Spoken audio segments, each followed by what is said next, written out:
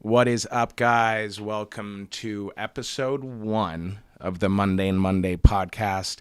The name of this is going to change once, I assume, probably, right? We started a podcast a couple months back, decided to give it a little break. We've had a lot go on between us over the last 2 to 3 months, and we figured today was a good time to sit down and kind of recap on the last year of working together and kind of talk about what we've done and where we want to go. Yeah, man, let's do it. Let's chop it up. So it's coming on a year of Crazy of working together now. A point I never thought we'd get to. Yeah. Obviously, we started out with the intention of just doing a couple videos here and there. Yeah. Maybe, posting them, maybe blowing you up, maybe doing this, maybe doing that. And, it turned into, let's drop 52 songs. Yeah, that was never something I considered or even wanted to do when we started even filming together. It was something so far beyond my mind, far out of my imagination. I didn't think I was capable of doing something like that. So we've dropped I'd say about 20, somewhere between 20 to 25 songs so far. Halfway there. When I approached you and asked you and said, hey, I think you should release your entire catalog, what was your initial thought? My stomach dropped to my butt. Why? Because I guess when it comes to releasing music, I love creating it. That's the easy part, but the hardest part for me was putting it out into the world to be critiqued. And I'm probably the most critical of myself more than anyone else would be of my music. So that's why you saw me release very reluctantly, like once a year. But I figured now that I'm racing against my own clock. So I felt like I came to a point where the only thing that was stopping me was myself. And why do you feel like you were getting in the way of yourself? Like, what were you doing to get in the way of yourself? Just doubting myself, doubting my ability, not necessarily knowing if I always wanted to do this, but not knowing if it was something that was actually possible, like if it was a pipe dream, or if it was something like I was really capable of doing. And also the social pressure of chasing a music career as an adult in your mid-20s. When I was younger, it was cute, but now that I'm older and I'm 26, people's perspectives change in your life around you. It's almost people feel like they've got a say in what you're doing when realistically they don't. Yeah, exactly. And their premonitions and judgment on you spending so much time doing something that, in their opinion, is going to be a waste of time. Yeah.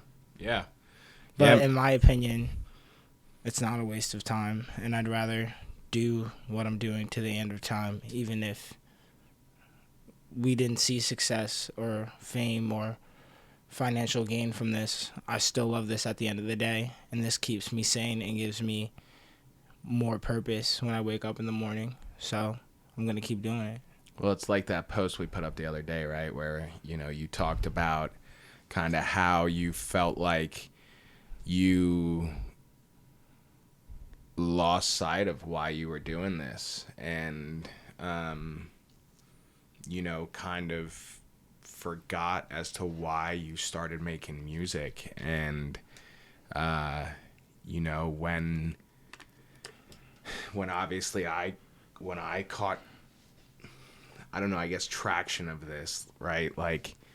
It was disappointing for me to find out, because obviously for years I've known what you've wanted to do with music, and for years I've egged you on and pushed you and said this and said that to Stopping try in the and, shop, right? you know, I mean, I've come in the shop, right, just to be like, yo, where's the song at, dude? Like, you told me you had this, you told me you had that, and it's, you know, it's almost like I got to the point where I was just like, one day I'm just gonna have to scoop this kid up and like hang him upside down by one leg and like shake the music out of him, you know, and well, in a way, you kind of did do that, because if we never ended up working together, I can honestly say this dropping a song every week idea wouldn't have came into fruition. Our relationship would probably still be the same, where I'd be stopping by wherever you work to tell you to drop a song. For sure.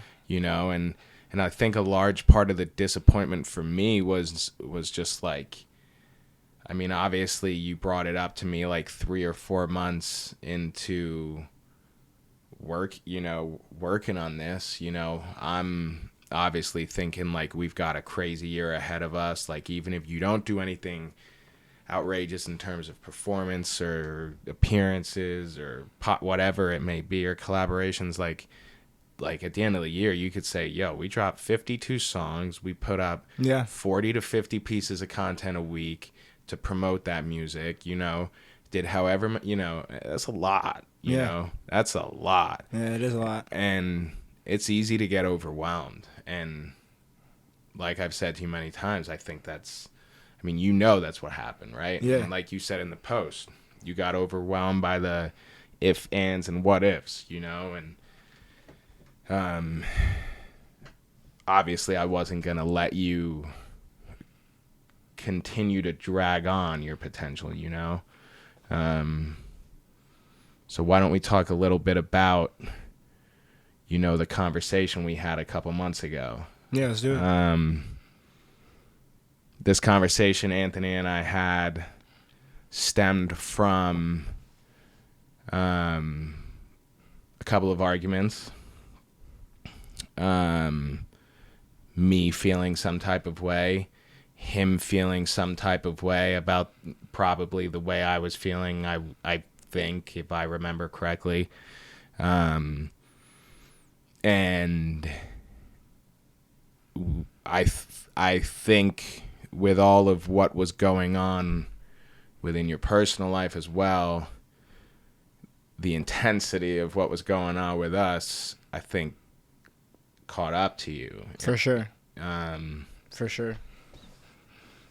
You know, I definitely had my faults. You know, there are certain things I definitely could have said and dealt with differently. But that's on both ends. Like, communication's a two-way street. Takes two to tango. Like, if we're dance partners, like, if one of us is leading and the other isn't following, or vice versa, like, and we're not moving in the same direction, we're going to step on each other's toes or bump heads. Absolutely. So, I think it was just a matter of us not being on the same page, especially, like, when it came to transparency. Like, there's certain things that I didn't feel comfortable talking to you about, because I almost felt like it was like uncalled for me to talk to you about it, because at the end of the day, you're a big help. You're the heartbeat behind what we're doing here, and okay. I felt like I feel like I owe you something. So you're doing this straight off of support and love out of what I'm doing, and you believe in my vision, and I'm not throwing bread at you every time we shoot something. So in the back of my head, like, as time goes by, I feel like my debt is getting bigger and bigger and bigger and bigger and bigger. And when I do have a grievance with you, I feel like I don't have the right to bring that up. That's how I was feeling at the time. So I would just not say anything, and then it would build up over time. And then, like you had said originally, things build up in my personal life, and the timing of it just coincided, and my volcano was no longer dormant, and I had to let some lava out. Absolutely. And, I think a takeaway from this, right, is that, like,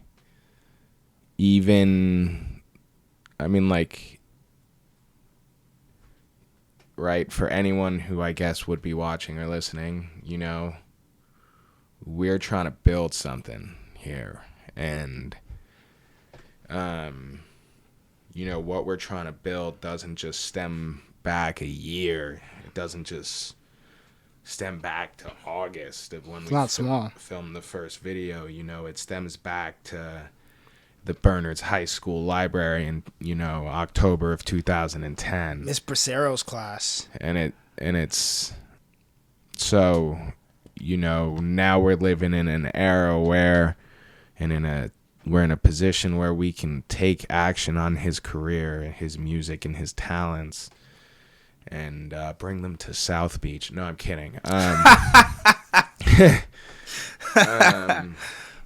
was good. But so it's like when you're building anything with anyone, I think there's going to be tension, and it's not to say that there has to be tension, because I'm sure there are plenty of partnerships where there is no tension. But like, I almost feel like if you're incapable of having those disagreements, like, you're not going to be able to, like, I don't know, work together, because it's true. Like you've got to be able to find that common ground. And I mean, for me with you, my biggest thing is that, like, every move you make, I'm just trying to make sure it's not one that's going to make you look ridiculous, Yeah. Because obviously you say a lot of things that you want to come off as or perceive yourself as, and I'm not saying this as he's, like, trying to be someone he's not. Like, he obviously just doesn't want to be a moron, and doesn't want to come off as a moron. And we live in a time where you say one thing that's intended one way, it could come off as another. Yep. And I remember when you brought that conversation to me, or brought this grievance to me, I obviously it was necessary, but I think the outcome of it and what the takeaway of it was that, like, I think the professional relationship, I mean, obviously our overall friendship, really, whatever, got stronger because of it.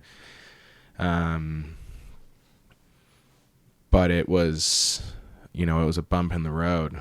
And I think it definitely was obviously a situation, a test as to whether or not we were able to work together. For sure. And obviously we still have, improvements on both ends to make. But, the reason we're talking about it on the podcast today is because the whole point of this first episode is to kind of just, like I said, we're just having a conversation about the last year. We're probably going to bounce around a little bit, but that's because there's a lot that's gone on. And, whoever takes something away from this conversation, great. Whoever finds this conversation pointless, great. It's, we're simply here, because we want to share the story of what we're doing. And Adams, why don't you talk to them a little deeper, kind of about what we're doing? I guess kind of like what our relationship is. I'll let you, I guess, dive a little deeper into what I do. Yeah, sure. Obviously I could talk for myself, but you have said to me that you want to let people know what I do, so. All right, guys. This is Davidson's Lens right here. Him and I go way back. We met in high school, in Spanish class, 2010, and we had we became friends and bonded over a shared interest and love over Lil Wayne, and shared love and interest in Lil Wayne used to get us in trouble, and used to spend time in the lunchroom, and actually not the lunchroom, library during lunch, and Just hang out there, listen to new music that came out in hot new hip hop, go on Dat Piff, check out what dropped, that sort of stuff. And back in high school, he had originally sparked my interest to put my music out there because at the time he was putting freestyles up on Facebook, and he had got the attention of a popular kid in our high school, Philly G, and they had ended up having a rap battle. Shout out to Angle Snipes and Selly. Don't even know what that means, but cool. Sounds cool. I might jack that and make a song out of it. Anyway, so after that, seeing like how courageous he was to put himself out there and how hard he was getting critiqued at school, and it didn't stop you from putting out the next freestyle. What's funny is that the critique only started when Phil came into the picture. Yeah. I was getting a lot of compliments before Phil came into the picture. Yeah. It's funny how if the right person says something negative about you, how don't get me wrong. Shout out Phil perception. Garubo. Him and I are good. And this is high school. I'm not petty, but it obviously caused me a little bit of problems at the time. Yeah, but that being said, you just doing that and like not caring what people were thinking and still putting out your stuff motivated me to like put out something. So I put out I'm So Raw. I did pretty well. Started walking around school. People were like, hey, you're that kid that raps. And I used to be formerly known as Kara's brother. So that was cool. I was like, oh, I'm building a little identity of my own. Fast forward. We ended up working at ShopRite together for a little bit in high school. I was still making music then. After we had graduated high school, I dropped a freestyle to Panda. It did like 30K streams on SoundCloud at the time when SoundCloud was the #1 streaming platform for up-and-coming rappers. Like, this is like 2016, 2015 probably. And at the time, I had all this traffic going to my SoundCloud, and I put like 3 or 4 freestyles a few months back to back out, and then I just dropped off the face of the planet for like 3 years. And then during those 3 years, I was still working at ShopRite. James would come in, be like, when are you dropping something? When are you dropping something? I'd be like, like next month on the 6th. The 6th would come the following month. He'd be like, yo, when are you dropping it? It didn't drop. And he would follow up and like try to hold me accountable to what I said. And then it would come to the point where when I would come back and make music again and let people know, like, I was about to drop a song, he'd comment, like, when is this coming out? Christmas? Friendly little banter. And I thought it was funny, and it motivated me. And I remember when I started doing Mundane Monday last year, I was just shooting it off my iPhone camera. And I was just playing an instrumental off my speaker and just rapping like that. And I remember when I started doing Mundane Mondays, it was shortly after I had heard some banter from James. So I just started sending them to him every week. And then after like the 4th or 5th one, I think I did it to Pound Cake by Drake. And I said, I like what you're doing, but I think I could do it better. Yeah. He was like, pull up to Burnersville, do a Mundane Monday together, let's film, and let's see what happens. And we ended up shooting to Spicy by Nas. It's still and we recorded one other, but we never posted it. What was the other one? Don't remember, but you didn't like it. Oh, okay. But that one, put that one up, and that was like the 5th or 6th Mundane Monday I ever did.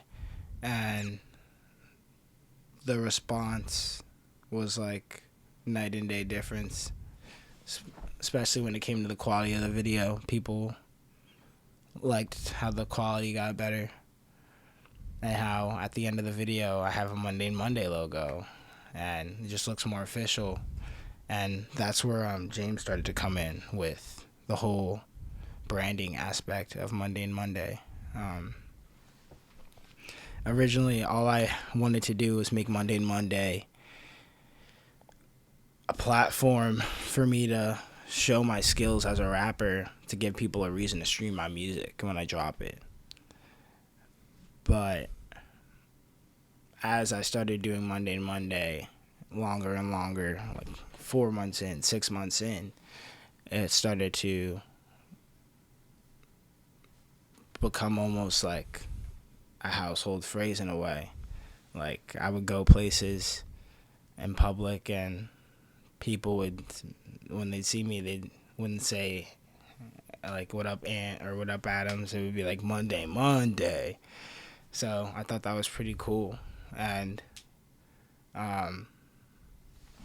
James proposed to, by the way, James films all the Mundane Monday videos, all the posts that go up on my Instagram and my TikTok.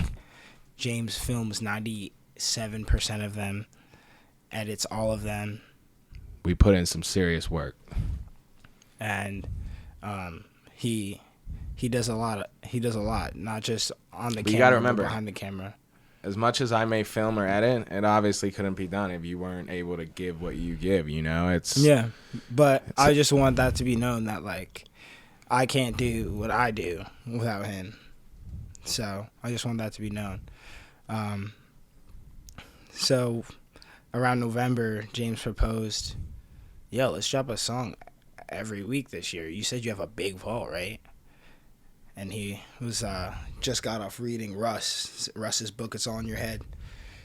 And that's a similar strategy Russ did when he blew up back in 2016. And what's great about that idea is every upcoming artist, upcoming rapper, their dream is to have a hit song, right? But the problem about that is a lot of these upcoming rappers, when they do get that hit song, they climb to the top of the Billboard charts, and then they have to construct an album out of nothing.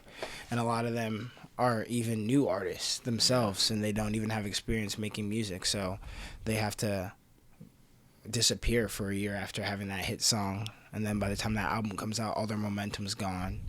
And also, during that whole year they disappeared to create that album, they were probably also touring, so they didn't have much time to record the album. And also, their fans are starving for more music from them, and it's hard to build a fan base off of one song. So when you hear one song that somebody likes, and there's no other songs to listen to, some people can become a fan of that song if they love it that much, but most people will just be a fan of that song. And what's beautiful about the 52-week method is by dropping a song every week, when one of those songs blows up, God, hopefully, please, you have a catalog to fall back on when that song blows up, and we're not panicking like, oh my god, I gotta put out more music. They want more music. Exactly. And these people that like whatever song can hear who I am as an artist at my core before anyone even knew about me. So when that hit song becomes a hit song or whatever, they don't even have to have a false expectation of what my musical sound is. I mean, if you think about it, Russ dropped, I think, 600 songs before anyone really knew who he was, right? Mm-hmm. So that, like, puts in a perspective, like, kind of like the scale of what we've got to do, you know? And obviously everyone has their own approach, and you've got to find what works for you. And we're not doing it this way because Russ did it this way. We're doing it this way because he had this vault, right? And even the outcome of the 52 weeks, you know, we went in thinking we were going to use 52 of those songs. Yeah. We've used 20 of them, and now, you know, we've recorded 2 new ones, and the rest of the songs for the rest of the year will be new. Go on, sorry. Reason that we're scrapping half of the pile of songs is because a lot of these songs I created over the past 5 years, and some of them sound very dated. So that being said, like, from a production standpoint, they sound dated, and also from like a lyrical content standpoint, I was just in a more immature mindset, like a lot younger. Like, you can tell that I was 17, or you can tell that I was 19. Yeah. The lyrics of the songs Less mature. you've dropped are definitely different than what you're doing now. Obviously the lyrics are a little more cleverly put together. You got some wordplay, whatever, all the vocabulary, things you've done with your music today. I think you're a different artist. And I think even now with the events that have recently taken place in your life, it sounds like you are going to evolve probably again as an artist. And what does that mean? Who knows? I don't think you even know what it means yet. But, we'll figure it out. And as time will go.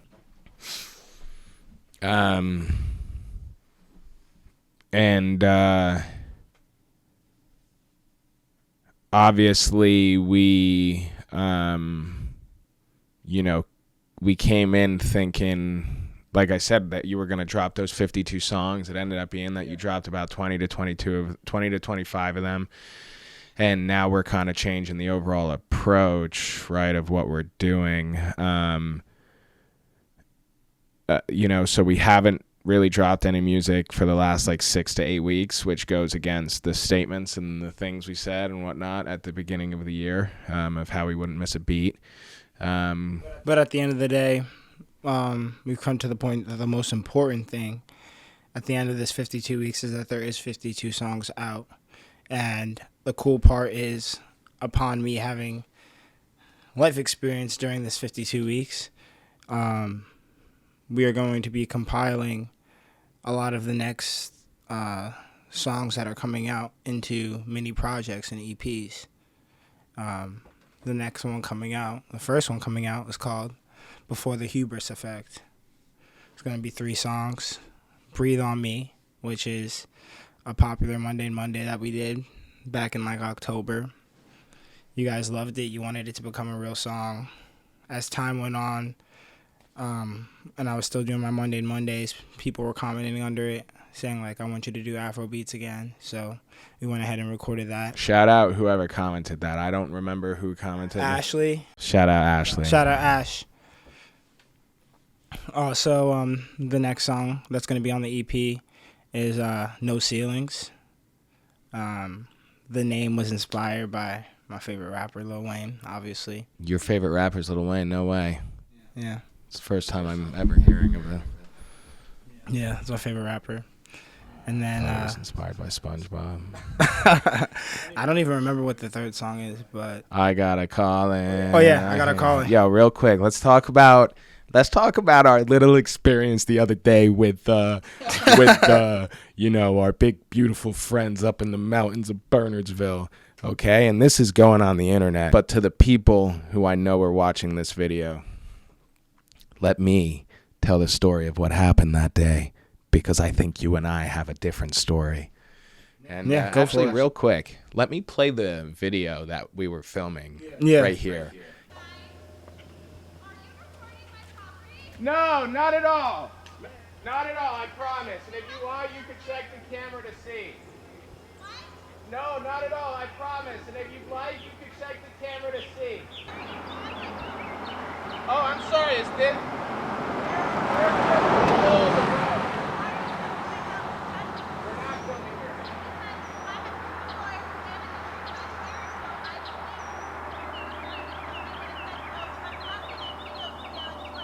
Well, I apologize. Yep. Anthony, we gotta go. What was the point of that?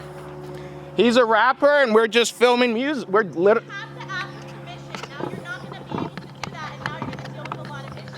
I We're pretty cool people. We probably would have said yes, but you just decided to do it. we're filming in the middle of the road. I wasn't aware. This whole thing. While I was being screamed at by this lovely young lady, Anthony was still getting the content, because that's what we were there for.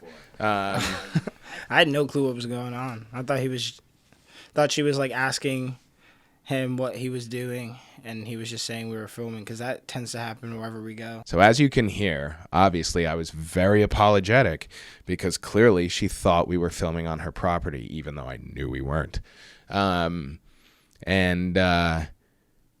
I hear, I'm standing there. My camera and my tripod are in the middle of the road, which to my knowledge is public property. Yeah, for sure. And I hear this voice from afar screaming, "Excuse me, are you filming my house? Are you filming my house? Why are you filming my house? I have security footage of you filming my house." Lies.com. I turn around. I go, "No." I was like, "Absolutely not." I was like, "You can see the footage on my camera if you want to." I was like, "We are not filming your house." She's like, "Well, why are you filming my house?"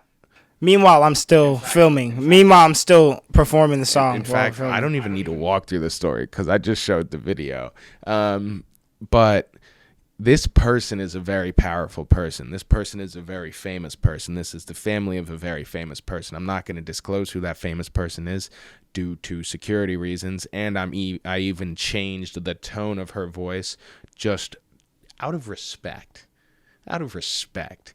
To show that we had no malicious intent that day, because although we're annoyed we got the cops called on us, it's a funny story and we still want to talk about it.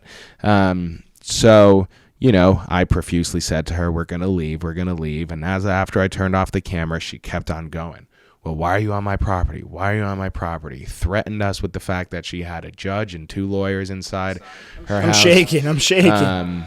So I knew that either while she was talking to us or, right after it was done talking to us, they were calling the cops. As we were driving back down the mountain, the cops, we passed. Past them.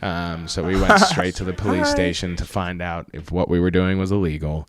And the dispatcher didn't seem to have a clue. And while we were talking to the dispatcher, she was radioing back and forth with the cops at the house of the place we were just at. So basically, the entire time we were filming, we were in the middle of the road. We never touched her property. We're never on her property. We're never filming her property. And the video we filmed actually got about 6,500 views. So that's always good. Yeah, it's funny how people feel like just because they have some money, they can throw their power in your face. And unfortunately with us, that's not the case. When we were done, You just rhyme. when we were done talking to the dispatcher, we stood outside and we waited for the cops to come down. We the cops get out of their cars. They look, they said you were on their property. I was like, well, I have video evidence that we weren't. I said, my car was parked across the street. I said, we were in the middle of the road. Let me grab my camera. So I grabbed the camera, showed them the footage. They both looked at us and go, "Looks like the middle of the road to me. That's public property." And then the one cop goes, "Can't wait to see the TikTok." He was like, "I love TikTok." So it's... Adams Music _ by the way. I think it's safe to say we did nothing wrong. And to the legal team of this family, if you're watching this video, Jesus loves if you ever see us out recording, please feel free to say hello. We would love to get acquainted and actually explain to you what we're doing here, because there's and shoot a music video on your property. Zero malicious intent behind it. And then we will be filming your house. Retract all of what I just said, because I'm sure those statements didn't make you too happy. No, obviously we're just having a little bit of fun. We're not really that bothered by it.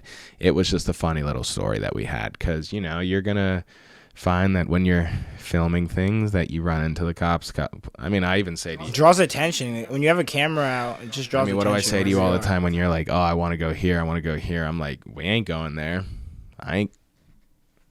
We're going to get hit with trespassing, We almost got hit with trespassing for something we didn't even do. Yeah. And I mean, hey, we got the shot. That's all that freaking matters. I mean, yeah. So it's, I don't know. I bring that story up because it was an experience. And it's obviously around the hubris effect. Yeah, For sure. Um, Her hubris effect. and I don't know. Maybe tongue twister. maybe she's right. Maybe we should have rang the bell and said, "Hey, we're gonna be filming outside. Just so you know, we're not filming your property." Maybe she's right. I feel like she would have been like, I'm not cool with that. Well, it wouldn't matter because at that point we told her we were outside. We told her what we were doing. She could have came and double checked it. If she called the cops and the cops shut, I would have just done the same thing at that point. I mean, and the best part is we would have got the cops pulling up on camera, so that would have just been more viral movie. Yeah, no, we were just having some fun. And I just thought it was funny that it happened of all places. I just never you were half a mile down the road from me. Yeah. Even if I was just like taking a picture of like Bernardsville, it's like, but then they really think you were taking a picture of their house. If there was like no one on the other side of the camera. True. But I obviously wasn't because my camera was not pointed at that. Yeah. So yeah, we're gonna be dropping. He's gonna be dropping a couple of three-piece projects. We're gonna be figuring out tomorrow, kind of how far behind we are and what pace we need to release at. I mean, when we start re-releasing again, it'll be on a weekly basis. But it's just a matter of, are we dropping next Friday or are we dropping the Friday after that? And when we do, like, by January, the day after tomorrow, by January 6th of next year, he would have dropped 52 songs. What would you say is your favorite song you've dropped so far?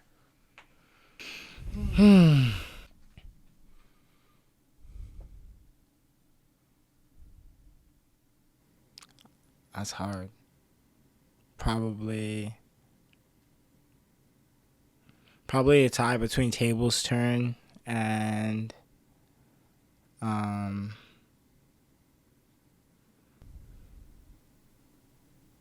Drippin'.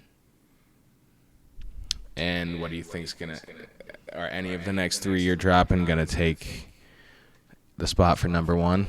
Yeah. Which one? I Got a Calling. Yeah, I think I Got a Calling. I think all of you are gonna like this one. It's quick. The replay value's there. You'll probably find yourself listening to it 3 or 4 times. Yeah, you're gonna be upset that it's too short for sure. But do you plan to drop more like that this year? Probably. It's a nice little formula. And I feel like Hook, verse, hook, done. I think there's like 2 or 3 more that we've got in the vault that we're dropping later in the year. Yeah. B is going to be in December. Excited about that one too. That might be number one when the time comes. It'll be tough, man. It's going to be tough to figure that out. It's going to be really tough to figure that out. I Got a Calling, though, is my favorite song right now because it's very, very, very primitive and relatable to how I currently feel right now and what stage of life I am in right now. And the funny part is I made this song in 2020. And when I was creating it, there wasn't like a real drive or motivation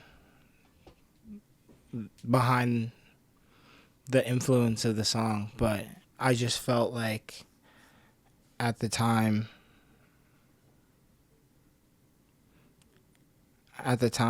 it basically sounded motivational, and this is something that like I would want to hear someone tell me, so I just wrote it because it sounded good. But now when I listen to the song, it has so much more meaning. It's so funny because I feel like when I record songs, as time goes on, like I feel like my songs age very well in regards to how I relate to them and where I was when I wrote them. Because sometimes with songs, I feel like I almost like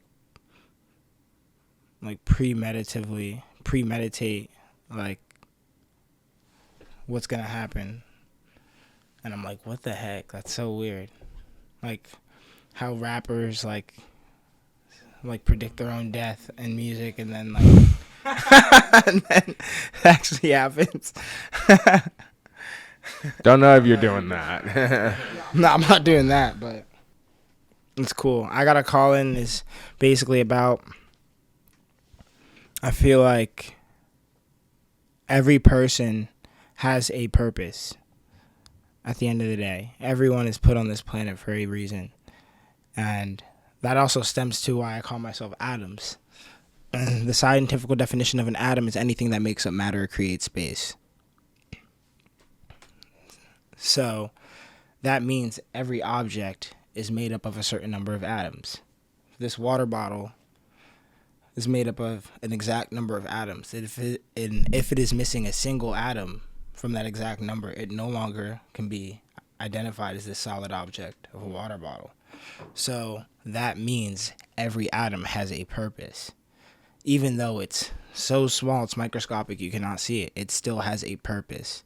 It still has a place where it belongs, where it has value, where the other atoms around it rely on that atom. And I relate that to us as humans. There being 12 billion people on the planet, it's often easy to feel small, like you don't matter, like you don't take up space. And I've been struggling with depression my entire life and feeling uncomfortable with who I am as a person, and feeling like me as a person is not enough, and that I always have to change myself to appease others. So I always felt small. And I realized that every person has a purpose, the same way every atom has a purpose.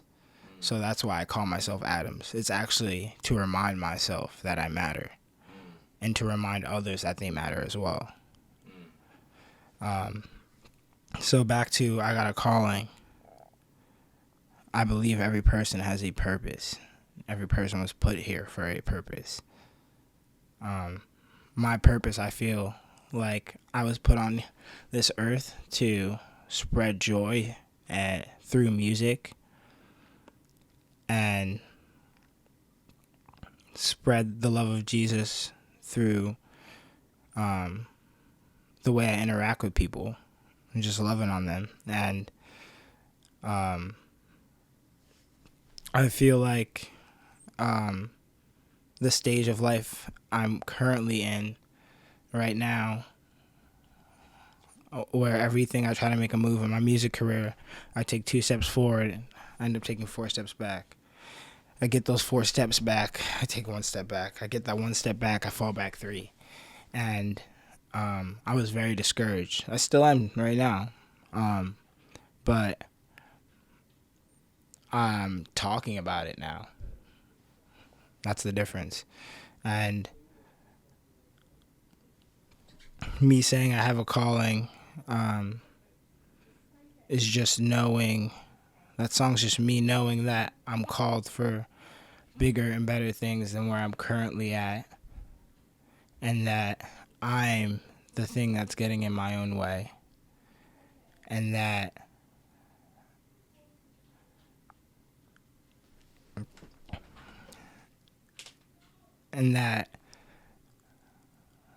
you hear the term like my own worst enemy, and I'm at a point in my life where I really feel that way. I feel like I am my own worst enemy. And next project after the hubris effect is My Own Worst Enemy. Yes. We'll go into detail about that another time, but continue. And that song is just me talking about what I was currently going through at the time, and wrestling with who I currently am, with who I know I should be, but I'm upset because I'm not there yet, and I'm tired of waiting. And it's just a very relatable song, very uplifting, very positive song. If you don't even like rap, you'll like it. Replay value stupid. It was one of those songs that was made very quickly and easily because it was very natural. I was just writing down what's my diary entry, basically. Cool. So, And go on my IG, because I have a lot of snippets of it on there. yeah, the number one thing we try and do with the Instagram is just try and keep his music rolling through it. You know, you're not going to get all of it at once. You're going to get pieces of it, you know, and no matter how far you scroll, you're getting every one of his songs, you know, and that's every one of his songs from the last year, every one of his songs from the last 2 to 3 years. Yeah. He's obviously on a new Instagram page now, and we'll go into that at a whole nother time. But, you know, even if you went back on his old IG, which you can't anymore, but there's thousands of posts on there, and I mean, his old IG had a lot more personal than music stuff, but, you know, the one thing about Adams throughout his entire career is that any of his social media you go on, you'll be able to make judgment as to whether or not you like this kid. You know, you'll be able to come off that page and say, I either rock with him or I don't. And you're either going to rock with him because you found a song you like, you found a clip that made you laugh, you found a clip you could relate to. It's one or the other, right? And if you like videos of me brushing my teeth, go to my page. The brushing teeth videos don't always make it to the page. But, you know, we're here to have a good time. You know, we're here to, like Anthony said, spread the love. And you know, we're here to tell his story. We're here to show, you know, other young and up and coming artists That it's not cream and peaches. that it's not cream and peaches, that it's not easy, that, you know, I mean, a large part of this podcast is going to be divulging into like why Anthony took the last 2 to 3 months off and like what he's been working on and what he's felt he's needed to work on. We're not going to get into that today, but that will probably be discussed in our next episode. But, you know, we're not here for the negative comments. We're not here for your opinion. We're not here to please you. You know, we're here to, like I said, spread the love, make some good music, make people happy. And I mean, I guess that contradicts me saying And I'm make not. people feel heard. Like, make music that I make music now. I used to make music that I felt like people wanted to hear. And then through this process of the 52 weeks, there were certain songs I released that I was reluctant to because they were very vulnerable. And I realized that through releasing those songs that the people that listened, it catered to them more. And people go through all types of situations in life, and when you're vulnerable enough to share your situations and bring a micro lens into what's going on in your life, if somebody can ideate to that in any way, that song went from just a song that sounds good to a song that they love. And I also realized when it came to numbers, even, that when I was vulnerable, it does better than if I just said some witty bars that I thought were hot. Yeah. No, absolutely, man. I think it comes down to relatability, right? And like going back to what I was saying, like, you know, when I say like we're not here for you people, right? The camera's What gonna. do you mean, you people? The camera's gonna die, so we actually have to end this. What I mean by you people is I mean by the crowd. What I mean by that is. I was joking when I said you. What I mean is your opinions and your negativity doesn't matter, right? We're here to do what we're going to do and hope that we achieve our goal. But the camera's going to die, which means this is going to end. So thank you for watching episode 1. Adam's out. Davison's Lens out. We will see you in episode 2. Peace. Nobody cares. Once the dirt up off your shoulders, boy, you gotta